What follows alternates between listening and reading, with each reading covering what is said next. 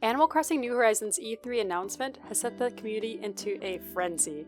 Nobody was expecting to see such a major departure from the status quo of the series, and this has raised a lot of questions about how these features will play out and if this really will still feel like an Animal Crossing game. Personally, I was in shock when I first saw it come up. My first thought was, is this an expanded version of Desert Island Escape?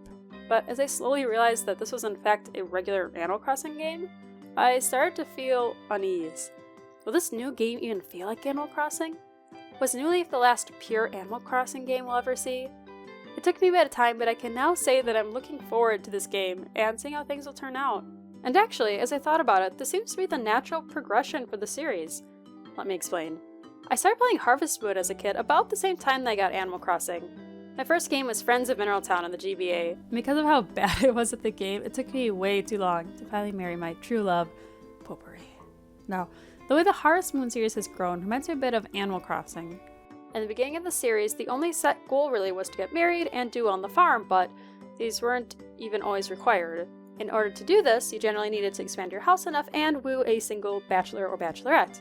Of course, doing a lot of farming helped with this, but you could in most games do things at your own pace and in whatever fashion you pleased. Things changed though, starting with Magical Melody. Now, you had goals outside of just saving your farm or getting married. You needed to collect musical notes to awaken the Harvest Goddess, 50 out of the possible 100, which could be done by doing things like farming, fishing, attending events, or just not touching the controller for several minutes. This became the standard in the series, and now there's always a set of goals to try to complete, oftentimes being the requirement for getting married. In addition, a lot of customization was added, like being able to buy new plots of land and redecorate your house freely. At some point, the series reached a standstill where they couldn't just keep doing the same thing anymore. While the game was meant to have players go at their own pace, eventually this needed to be scrapped in order to keep fans interested. A series like Pokemon, on the other hand, doesn't really need to reinvent the wheel, since introducing new Pokemon every game means new strategies for experienced players, while there's always going to be very young players who are picking it up as their first game in the series and don't know about how similar it is to other installments. For Animal Crossing though, it's a bit trickier. Don't change enough and it'll feel like a port, like City Folk. Change too much and fans might complain that it doesn't feel enough like an Animal Crossing game, like with the spin-off games in Pocket Camp. In fact, that was one of the main sentiments I heard from fans prior to E3. They didn't want elements from Pocket Camp seeping into the game. Even though that seems to be exactly what happened, fans still seem to be pleased overall.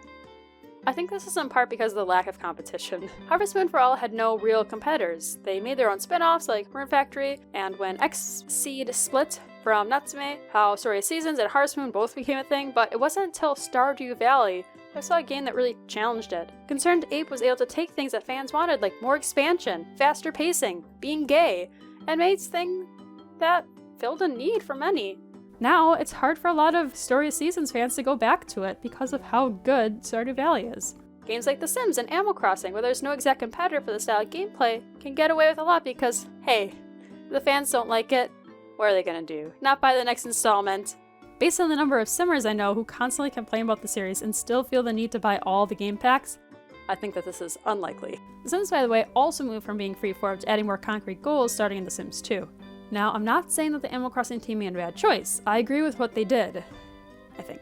The series had reached critical mass, and the only way to keep pushing the series forward was to sacrifice some of the original atmosphere in exchange for fresh gameplay. Now, I'll be honest, I'm a bit of an Animal Crossing purist. You probably know this if you saw my video talking about what made New Leaf such a hit, and how New Horizons can replicate that. But keeping in mind our limited information on the game, I think that's going in the right direction. People love public works projects. What's better than to push that by having all the furniture be able to be placed outside? And then, even going further, with needing to unlock things, is also good for the game, like the next step of Main Street.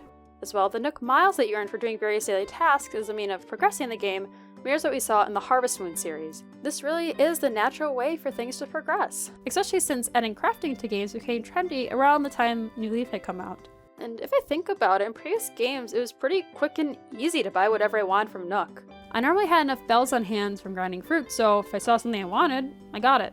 In New Horizons, let's say I want to make a wisteria trellis, a previous public works project. I'd have to go around town picking flowers, shaking trees for branches, chopping wood, getting some bamboo, before I'm able to actually make it. Exploring my town to get all the right materials together makes the process a bit more involved. And I think I like the feeling of, hey, I built this myself using resources from my own town. I've come to realize too that there is a difference in the generations of Animal Crossing fans. So I've been in the Animal Crossing community for over 10 years now. I started right when Wild World first came out. And when I compare, for example, the players that started with GameCube versus the more newer fans, I feel like they have a very different idea of what the Animal Crossing series is. For example, the players that started with GameCube tend to care, I think, more about the original atmosphere, the feeling of living in the forest with these animals, and you're living this daily life, and some of the things that you do is kind of limited, but that's part of the charm. Whereas I think the newer fans don't think about that so much, and that's fine. I think that that's kind of going to be how any series is going to progress, so in that way, New Horizons is probably going in the right direction. In case you're wondering, when it comes to the Harvest Moon series, my favorite is still Friends of Mineral Town. While I have enjoyed the newer games, I like the laid-back atmosphere of the game's pre-Magical Melody, and how I can focus on just the goals that I set. I prefer it when games aren't too bogged down by excess busy work. That being said, I had a lot of fun grinding for badges in New Leaf, so I am looking forward to the Nook Miles, and I'll continue to have an open mind. Another thing to keep in mind is that the videos at E3 focused on the beginning of the game. We'll have to wait and see to what limits of customization can be pushed.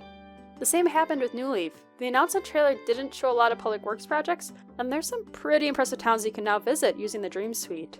Plus, a lot of things aren't set yet. Look at the first trailers to New Leaf. In the year or so between those and the release of the game, the shape of the trees changed, bushes changed, the text bubbles changed, and Isabelle got a name. She wasn't just secretary anymore. Considering there's a little under a year between E3 and March 2020, well, this date could be pushed back again, let's be honest. I'm pretty sure we'll end up seeing some things be altered. Overall, I've become pretty positive about the aspects for New Horizons. Except for the name. You can't just slap new onto everything, that takes away the effect. From the limited bit of the earlier parts of the game we've seen, it seems that the team realized what needs to be done and is working to execute it. There's still a lot of questions to be answered, and I'm looking forward to learning more about our next adventure. But at least Isabelle's confirmed. As long as she's in it, that's all I need. Alright, so that's the end of the video. Thank you for watching, guys.